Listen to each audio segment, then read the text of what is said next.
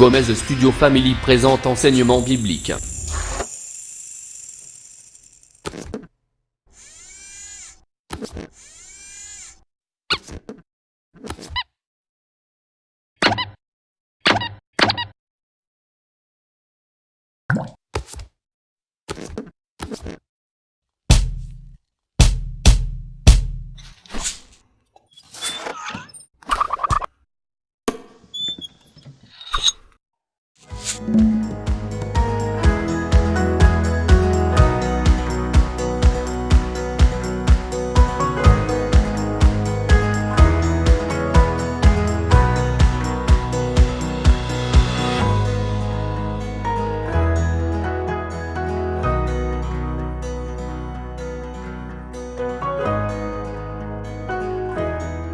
Gomez Studio Family présente enseignement biblique.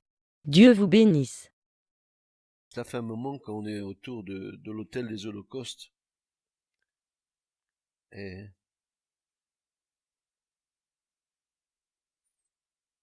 on est en train de se rendre compte que c'est un lieu de rencontre d'une grande importance,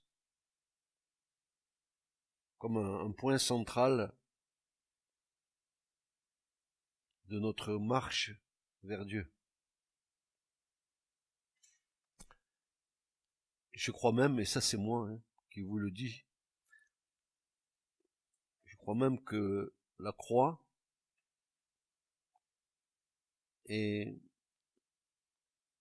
éternelle. Elle est comme un signe en haut dans le ciel et dans l'éternité, elle est un signe de l'amour de Dieu envers sa création. Et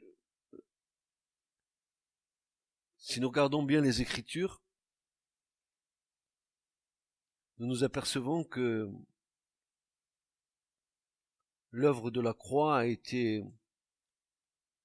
pensée par Dieu depuis toute éternité, à partir du moment où il a décidé dans son conseil de faire cette création, donner la liberté à l'homme, devait aussi, de la part de Dieu, de prendre des précautions si cette liberté allait entraîner l'homme loin de Dieu. Et je crois que donc la croix est un signe qui est un signe qui a été mis par Dieu dans l'éternité, que la croix est éternelle. Je le crois.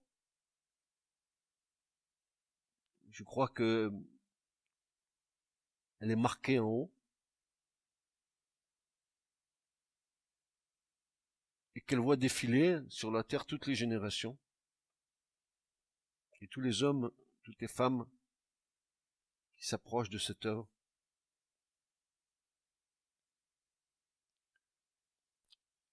Je crois même que lorsque cette terre n'existera plus et que nous serons avec le Seigneur en haut, que nous aurons encore la grâce de nous souvenir, en voyant le signe qui est dans le ciel, que la croix est éternelle, car l'œuvre de Christ est éternelle, comme lui-même est éternel. Je sais pas, j'arrive pas trop à exprimer ce que j'ai sur mon cœur et dans ma pensée, parce que c'est quelque chose que j'ai reçu aujourd'hui, ça me travaille beaucoup. Donc je pourrais peut-être plus tard vous l'exprimer un peu mieux, mais voilà. Je voulais vous dire que la croix dans notre génération, tout homme qui s'approche du Christ va se trouver confronté à la croix, mais que elle est pour notre génération comme elle a été pour les autres générations avant, et peut-être la génération qui viendra encore après, je ne sais, mais voilà, en tout cas elle est là, et elle est en haut comme un signe dans les cieux du grand amour de Dieu pour l'univers qu'il a créé. je crois que c'est, je sais pas trop exprimer ce que j'ai eu aujourd'hui, mais dans mon esprit, je vois que en haut dans les cieux, la croix, elle est vue de tous, elle est scellée de tous, elle est vue des anges, vue des hommes, elle sera vue de toutes les générations d'hommes qui auront été appelés par Dieu, et que après que Jésus soit venu chercher son Église, après que nous ayons été attirés par Christ en haut, que ce signe sera un signe éternel.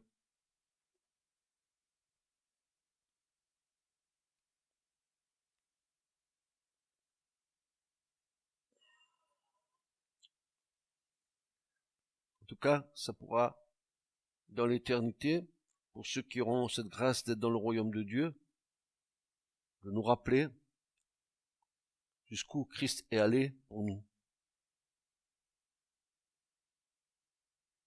Je dis ça parce que aussi, il n'y a pas que nous, il y a les anges qui ont vu tout ça.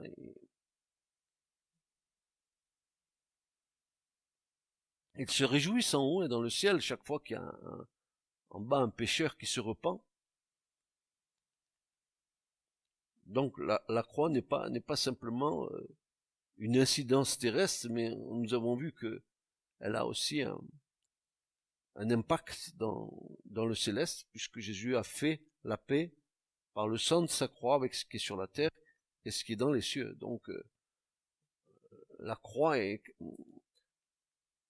une œuvre de Dieu qui est éternelle, comme lui-même est éternel. Et je le crois.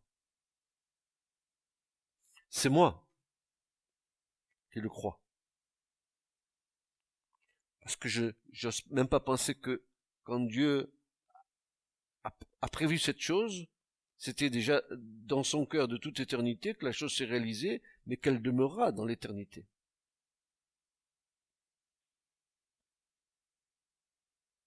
D'ailleurs, il faut bien que l'œuvre de la croix soit ratifiée par des témoignages. On a les témoignages d'en bas, de tout homme qui s'approche de Dieu, convaincu par l'Esprit, avec repentance, confessant les péchés pour que il n'y ait aucune entrave à notre liberté de suivre le Christ. C'est pour ça que Jean dira, ce passage de l'Écriture, il dira, si le Fils vous affranchit, vous êtes réellement libre. Libre, mais libre de quoi? Est-ce que je suis libre de faire ce que je veux? Non, non, libre à l'égard du péché. Donc, ce témoignage de la croix sur la terre a un impact dans les cieux. Puisque chaque fois qu'il y a un homme ou une femme qui se repent, il y a de la joie dans le ciel, les anges éclatent en louange à cause d'un seul pécheur qui se repent, que de 99 justes qui n'ont pas besoin de repentance, dira Jésus. Donc là, nous avons une clé, et c'est pour ça que l'autel des holocaustes est un des instruments de culte du tabernacle qui est le plus important. C'est là où il y a une activité de vie autour du tabernacle par les sacrificateurs. Là il y a la vie. Autant dans les autres endroits du tabernacle, c'est plutôt caché, c'est le lieu saint, on voit rien de ce qui se passe dedans. Autant dans le parvis, il y a de l'agitation, on voit ce qui se passe. Les sacrificateurs qui s'affairent à leur service. Et je voudrais vous dire une chose, c'est que je le reprendrai certainement peut-être dimanche en prédication, mais je voudrais vous dire une chose, c'est que euh, nous ne sommes pas libres de servir le Seigneur comme nous le voulons. Je ne suis pas libre de servir le Seigneur avec ma bonne volonté. Je suis libre de servir le Seigneur selon la volonté divine, mais pas selon ma volonté. Donc on aura à voir toutes ces choses, n'est-ce pas, en détail. Ce que je m'applique à faire, c'est d'essayer de fonder votre foi sur des bases solides. Que ce que vous receviez soit utile pour votre vie et pour vous donner une perspective de Christ qui va grandir dans vos cœurs. Le but, c'est que Christ grandisse dans vos cœurs. C'est ça le but. Moi, je m'applique à faire ça en vous. Et pour moi, c'est pareil. Je reçois et je transmets. Et vous, votre rôle, c'est vous recevez et vous transmettez. Nous sommes une chaîne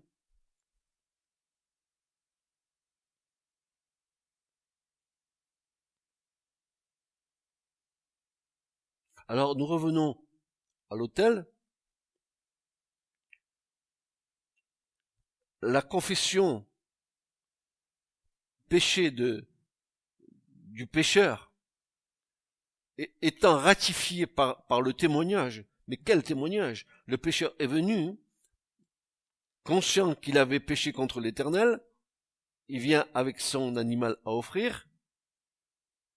Son témoignage va être ratifié par des témoins,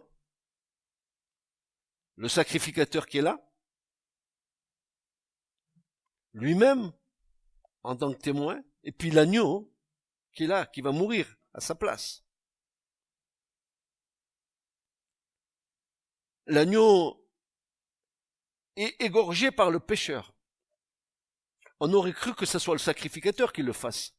Mais non, il est question ici du pécheur, il n'est pas question du sacrificateur. Le sacrificateur, lui, fait son office devant Dieu. Le pécheur, lui, il vient pour obtenir grâce et miséricorde.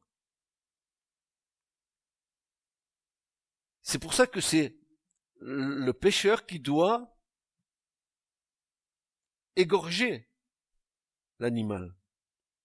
C'est une vie contre une vie. Une vie innocente, l'animal, contre une vie pécheresse. Le témoignage de la confession du pécheur est ratifié par le sacrificateur qui est là, par le pécheur qui va confesser ses péchés sur l'animal, et l'animal qui va être le témoin muet. Il n'ouvre pas la bouche. Il peut pas. Il va subir la condamnation à la place du pécheur. Donc c'est pas le sacrificateur qui est là en tête de cette scène, c'est le pécheur. Il est question ici d'une vie contre une vie. Il est question de la vie du pécheur contre la vie de l'animal. Comme plus tard il sera question de ma vie avec la vie de Christ. Ma vie et la vie de Christ. Je dépose tout sur Christ, il va mourir à ma place, et en retour, il va me communiquer sa vie.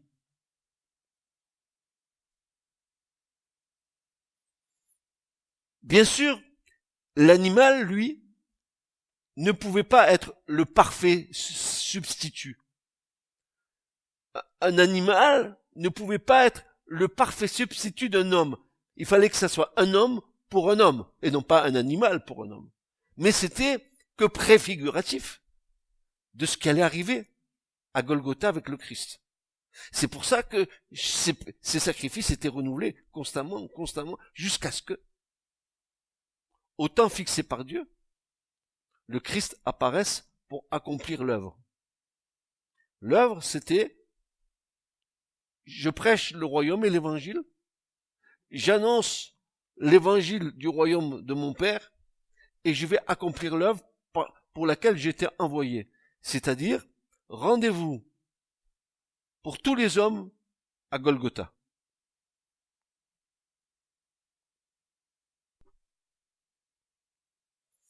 seul le sacrifice de Jésus avait ce pouvoir de pardonner et de purifier le pécheur une fois pour toutes. Alors, on va lire un premier passage. J'espère que vous avez vos Bibles. Hébreux chapitre 10, versets 1 à 4. Versets 1 à 4.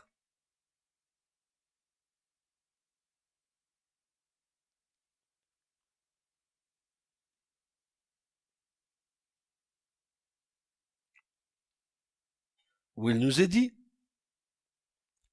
car la loi,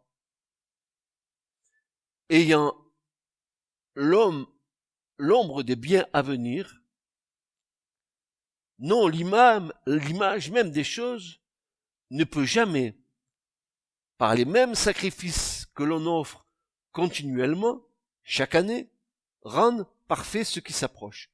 Donc, malgré la perfection de l'animal, ceux qui s'approchaient de Dieu par le sacrifice de l'animal ne pouvaient pas être rendus parfaits.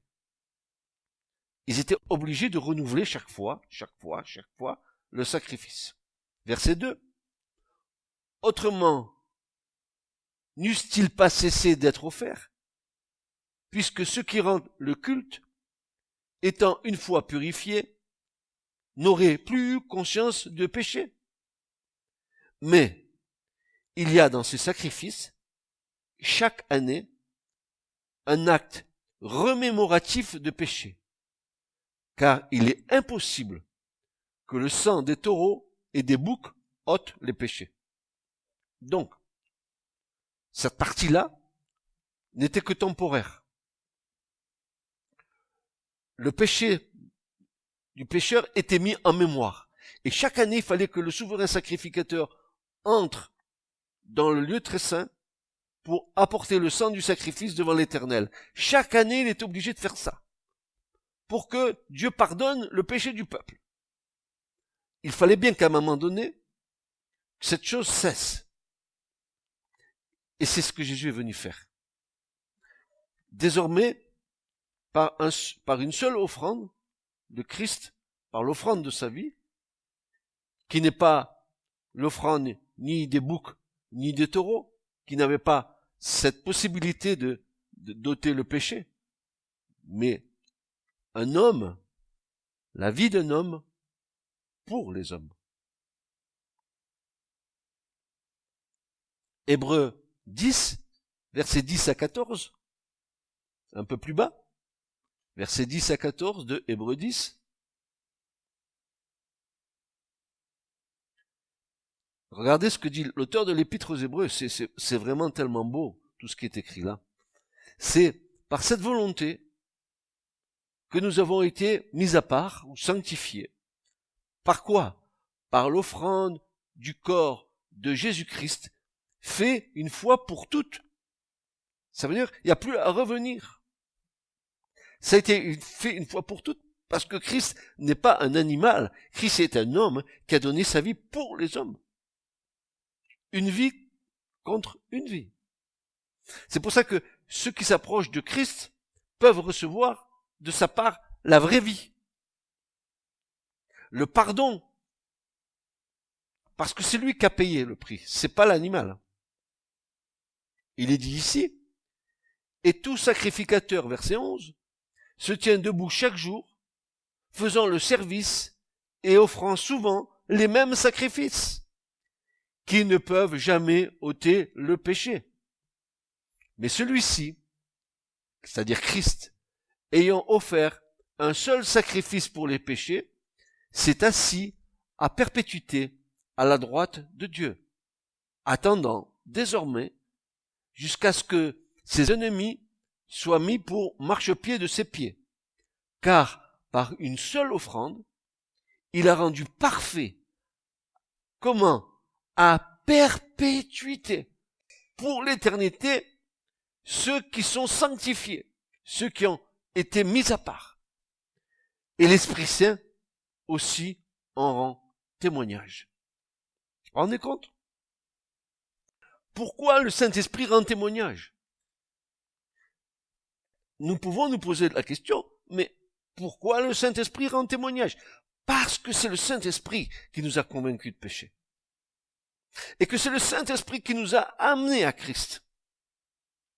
Et c'est le Saint-Esprit qui nous a donné un rendez-vous avec Jésus à Golgotha, à la croix, dans notre foi.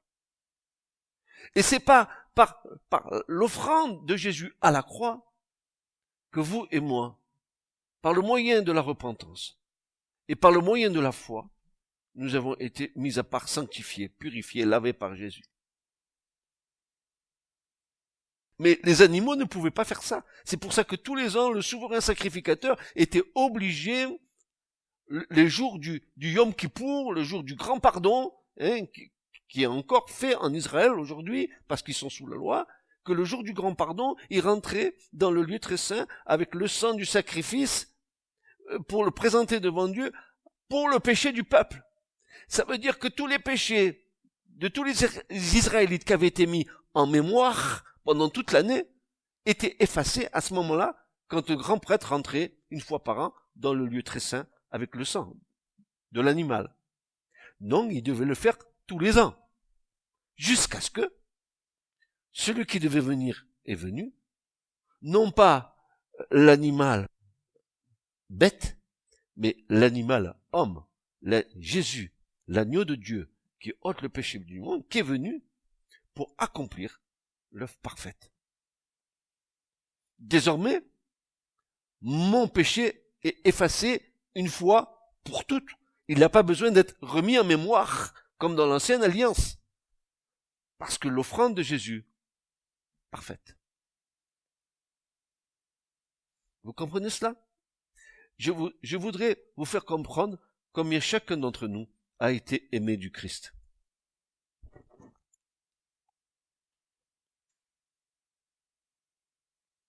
Et maintenant je comprends pourquoi il y a de la joie dans le ciel pour un seul pécheur qui se repent. Pourquoi les anges en haut se réjouissent? Parce qu'ils voient en bas que l'amour de Jésus a attiré un pécheur. Parce que le Père a été d'accord, que l'Esprit de Dieu est venu te conduire à Christ. Nul ne vient à moi, dire à Jésus, si le Père ne l'attire, et moi, je le ressusciterai au dernier jour.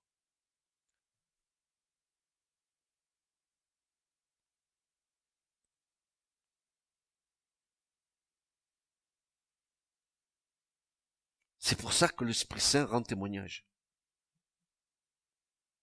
Comme l'Esprit Saint rend témoignage à mon esprit que je suis un enfant de Dieu. Ainsi, le Saint-Esprit rend témoignage que Jésus nous a lavés de tout péché. Car l'Esprit lui-même vient en nous. Pourquoi faire?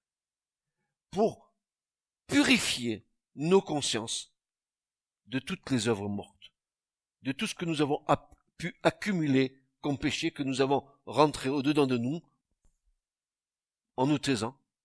Eh bien, l'Esprit de Dieu va venir pour nous libérer de ça. Désormais, il n'y a pas plus d'accusation pour nous. C'est pour ça que Paul dira, dans Romains chapitre 8, verset 1, il dira ceci. Si vous voulez le lire, c'est bien. Romains chapitre 8, verset 1. Paul déclara cette chose extraordinaire. Il n'y a plus de condamnation pour ceux qui sont en Jésus-Christ, qui marchent non selon la chair, mais selon l'Esprit de Dieu.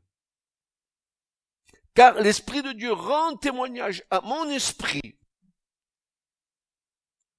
que je suis net, que je suis purifié, que je suis lavé et que je suis sanctifié par le sang de Jésus.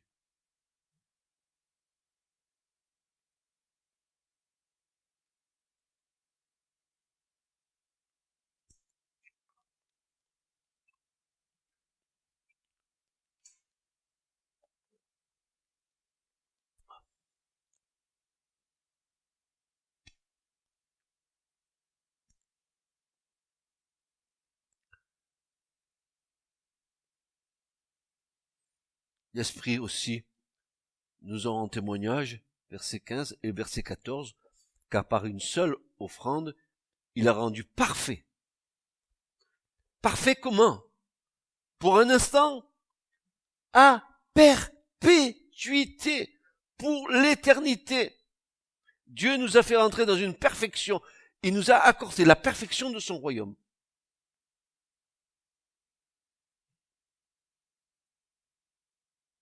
Bien plus que ça, l'Écriture nous dit, souvenez-vous, tel il est, tel nous sommes.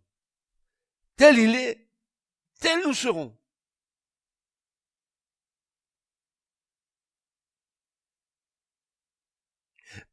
Mes bien-aimés, nous avons ici un trésor. Le mot est faible. Ce livre tant décrié par les insensés, parce qu'on ne peut comprendre la parole de Dieu qu'avec l'Esprit de Dieu. C'est pour ça que les gens y butent. Ils comprennent pas. Parce qu'ils sont pas nés de nouveau. Parce qu'ils n'ont pas reçu l'Esprit d'en haut. Parce que si tu n'as pas l'Esprit d'en haut, comment vas-tu comprendre ces choses?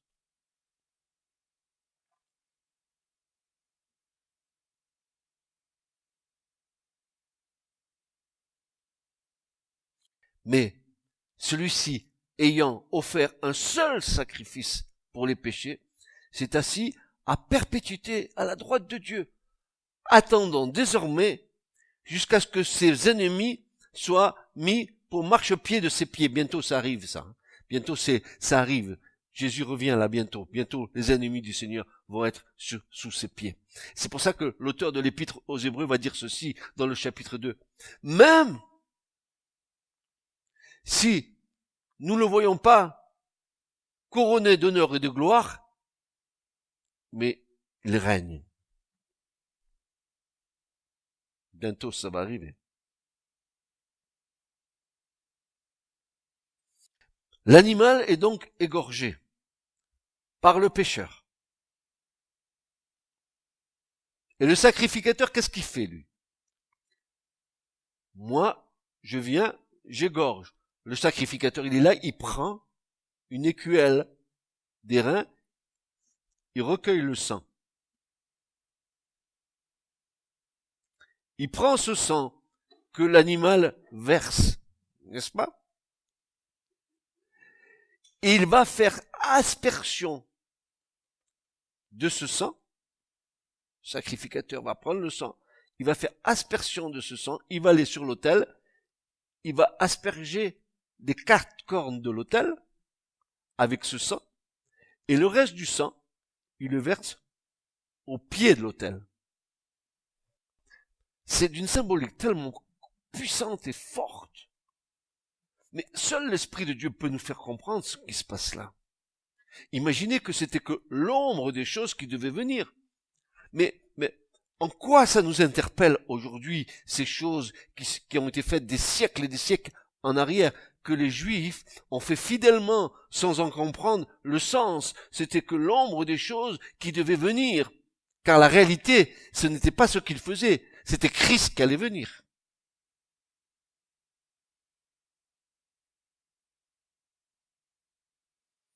Le reste du sang était versé au pied de l'autel.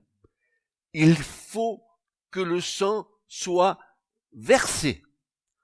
Car, dit l'Écriture, sans effusion de sang, il n'y a point de pardon.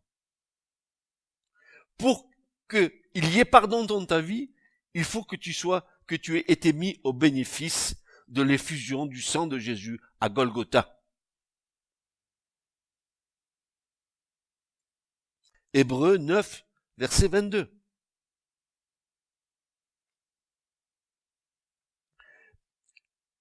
Et presque tout. Hébreux 9, verset 22. Il est dit, et presque tout d'après la loi est purifié avec du sang, et sans effusion de sang, il n'y a point de pardon. Pour qu'il y ait pardon dans ta vie, de la part du Christ, il faut que tu sois mis au bénéfice du sang de Jésus. Il faut que tu sois mis au bénéfice de l'effusion du sang qu'il y a eu à Golgotha. Pourquoi? Parce que la vie de l'âme est dans le sang. La vie de l'âme est dans le sang. C'est une âme contre une âme, une vie contre une vie. Maintenant, nous allons observer le chemin parcouru. Écoutez bien, on va faire le chemin inverse. Il ne peut avoir d'aspersion de sang, donc il ne peut pas avoir d'aspersion de sang, ni pardon, sans sacrifice. On est bien d'accord avec ça. Sans sacrifice, n'est-ce pas, il n'y a pas d'aspersion de sang. Et sans aspersion de sang, il n'y a pas de pardon. Ok? Mais, pour qu'il y ait sacrifice, pour que l'animal meure, il est nécessaire que la confession des péchés soit faite. Il faut que l'animal, lui, il prenne sur lui le poids de la culpabilité des péchés du pécheur. Il va se charger de ses péchés. Lui, l'animal innocent. Il va prendre les péchés de l'Israélite pécheur. Grâce à quoi? Grâce à la confession, grâce à la conviction, grâce à la repentance. Parce que je vous ai dit que le pécheur ne rentrait pas dans le parvis s'il n'était pas convaincu qu'il était un pécheur. Ça coule de sens, n'est-ce pas? Je rentre pas dans un parvis si je me sens pas pécheur. Je viens pas avec l'animal. Mais il savait qu'il était un pécheur. Il savait qu'il avait fauté selon la loi. Et il venait devant l'Éternel pour apporter l'offrande qui était agréée de Dieu. Il est nécessaire que la confession des péchés soit faite et que l'animal meure à cause du péché de l'homme. Il est vital que par la confession, le péché soit transmis sur le sacrifice et que le sang coule pour effacer toute trace de condamnation. Souvenons-nous, l'aspersion du sang sur les cornes de l'autel est la symbolique de la puissance de pardon au moyen du sang pour tous les hommes en tout lieu. Ça veut dire que les 4 cornes qui étaient là, sur l'autel qui était carré, les 4 cornes qui faisaient corps, qui n'avaient pas été brasées, mais qui avaient été tirées de l'autel lui-même, dans les 4 coins, 4 directions différentes, 4 positions géographiques différentes, sur lesquelles le sang était aspergé. Ça voulait dire que là, à l'autel, le sang aspergé sur les cornes nous dit qu'il y a une puissance de pardon pour tous les hommes et en tout lieu de la terre.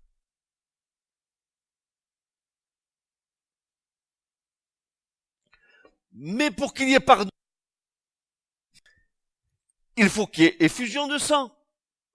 Pour qu'il y ait effusion de sang, il faut qu'il y ait confession. Et quand il y a confession, alors l'animal peut être sacrifié. Vous voyez, il n'y a pas de question qu'on puisse être mis au bénéfice du sang de Jésus sans être passé par une conviction de péché. Sinon, si tu passes pas par là, si tu essayes d'éviter, n'est-ce pas, cette étape dans ta foi, qu'est-ce qui se passe? Tu vas vouloir suivre Jésus avec le poids de la culpabilité de tes péchés. Et tu n'iras pas bien loin. Les péchés te poursuivront.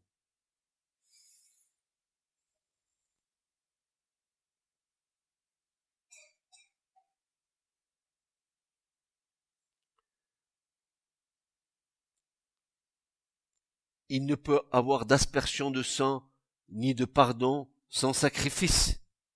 Mais pour qu'il y ait sacrifice, il est nécessaire que la confession des péchés soit faite et que l'animal meure à cause du péché de l'homme. Il est vital que par la confession, le péché soit transmis sur le sacrifice et que le sang coule pour effacer toute trace de condamnation. Et nous pouvons affirmer ce soir ensemble. C'est pour ça que j'ai fait une introduction tout à l'heure. Nous pouvons affirmer ensemble ce soir que l'œuvre de la croix est universelle. Je dirais même, l'œuvre de la croix ne se borne pas à notre univers, à nous, le plan terrestre. L'œuvre de la croix, c'est pour l'univers entier. Colossiens, chapitre 1, verset 20.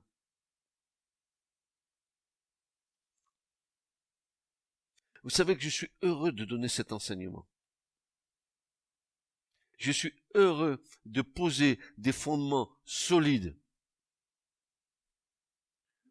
pour que vous ne soyez pas des fausses couches spirituelles, mais que vous soyez vraiment nés de nouveau, conformément à la volonté divine. Par Christ, à réconcilier toutes choses avec elle-même. Regardez bien.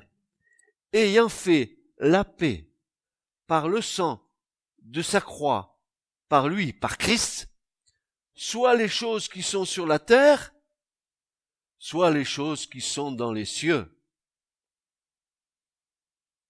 C'est pour ça que je vous dis que l'œuvre de la croix est universelle. Pourquoi?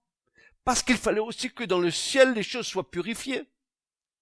Pourquoi fallait-il que les choses soient purifiées dans le ciel? Est-ce que c'est pas sain, c'est pas pur en haut? Si, c'est comme ça. Mais il y a eu, à un moment donné, révolte de Satan en haut. Au départ. Chérubin, l'ange de lumière, qui s'est révolté contre Dieu et qui a entraîné avec lui des myriades d'anges dans sa révolte contre Dieu. Et cette révolte en haut, il fallait aussi qu'elle soit purifiée. Elle a été purifiée par l'œuvre de la croix de Christ à Golgotha. Le plan de Dieu est parfait. Et si nous avons tendance à ramener l'œuvre de la croix à nos petites personnes, nous manquons de vision de ce que Jésus a accompli. Jésus a accompli non seulement pour ta petite personne, non seulement pour nos familles, non seulement pour les peuples, pour les nations, mais aussi pour les cieux.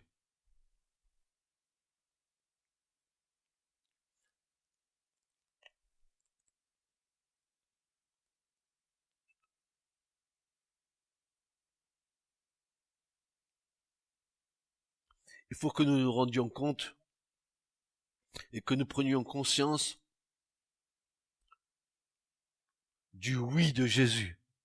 Quand je dis oui de Jésus, je suis en train de vous dire, mes bien-aimés, oui, ô Dieu, je suis venu pour faire toute ta volonté.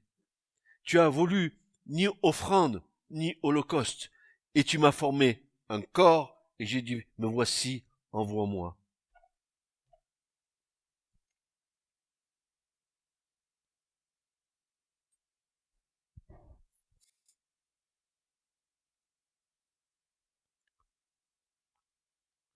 Au-delà du pécheur, le tabernacle, il a été voulu par Dieu, il a été voulu de Dieu, parce que Dieu voulait habiter au milieu des hommes, outre la présence de Dieu dans le tabernacle par la Shekinah qui venait dans le lieu très saint se poser sur le propitiatoire sur l'arche de l'Alliance, outre cette présence de Dieu qui avait déclaré « Ils me feront un sanctuaire et j'habiterai au milieu des hommes » Exode 25:8. Il y avait deux choses aussi que Dieu avait en vue. Deux éléments essentiels étaient le point de départ de l'existence et de la construction du tabernacle de Dieu au milieu des hommes, outre la présence de Dieu. Les deux raisons, c'est un, le don de la loi à Israël et à l'homme, et deuxièmement, l'alliance de Dieu avec son peuple. Et je voudrais qu'on en parle. Parce que vous allez comprendre que pas seulement la loi, et pas seulement l'alliance, eux-mêmes ont dû bénéficier du sang. Et la loi et l'alliance. On regarde ça. Les 10 paroles, qui sont les 10 commandements, qui ont été donnés au peuple d'Israël, un élément capital devait sceller ces 10 paroles ou ces 10 commandements. Dieu a donné ces 10 commandements, mais il a fait quelque chose par l'intermédiaire de Moïse. Qu'est-ce qu'il a fait? Nous allons le voir. Faut que vous preniez conscience, mes amis, que le plan de Dieu est un plan parfait. Plus que parfait. Regardez bien dans Hébreux, chapitre 10, verset 19.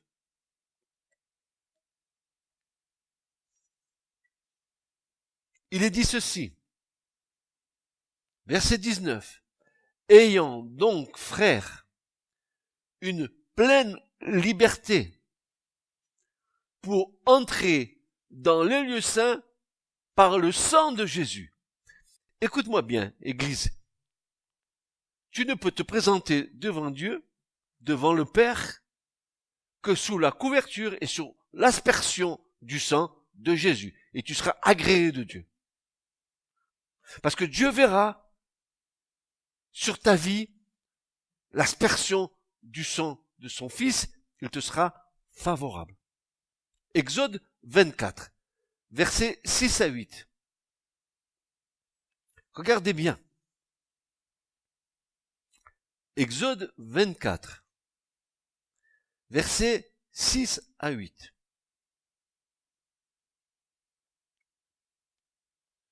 Il est dit, Moïse prit la moitié du sang et le mit dans des bassins. Et de la moitié du sang, il fit aspersion sur l'autel, donc l'autel des holocaustes. Il a aspergé l'autel. Il prit le livre de l'Alliance. Il le lut aux oreilles de tout le peuple. Ils dirent, tout ce que l'Éternel a dit, nous le ferons et nous écouterons. Et à ce moment-là, Moïse prit le sang et en fit aspersion sur le peuple et il dit, voici le sang de l'alliance que l'Éternel a faite avec vous selon toutes ses paroles. Même la loi de Dieu a bénéficié de l'aspersion du sang.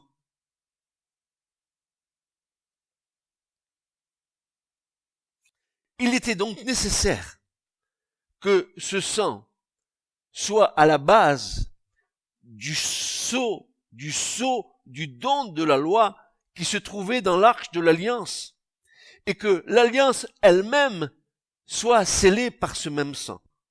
Non seulement l'alliance, n'est-ce pas, mais la loi elle-même. Quand Jésus fait alliance avec toi et avec moi, il scelle cette alliance avec son sang.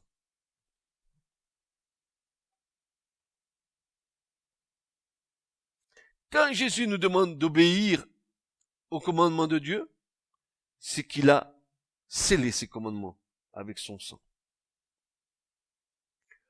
Nous voyons la loi bien souvent comme une espèce d'exigence, n'est-ce pas? Tu ne feras pas ci, tu ne feras pas ça, tu ne feras pas l'autre, tu ne feras pas... Comme si c'était quelque chose, n'est-ce pas, qui devait nous condamner. Erreur, grossière erreur.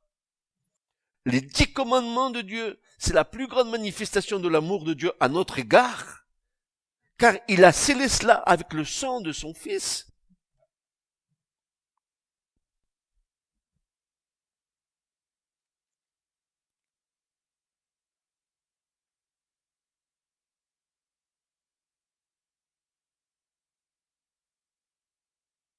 Donc la loi de Dieu, elle est nécessaire pour le fonctionnement du parvis. Et dans le parvis, je sais pas si vous avez vu, avant d'entrer dans le lieu saint, il y a 5 colonnes. Et vous savez ce que représentent ces 5 colonnes? Ça représente les 5 livres de la loi. Ici, dans le parvis, tu mérites la condamnation. Ici, tu dois mourir pour vivre. Vous comprenez cela? La loi nous condamne parce que nous avons tous péché. Nous avons tous transgressé. Mais Jésus est venu.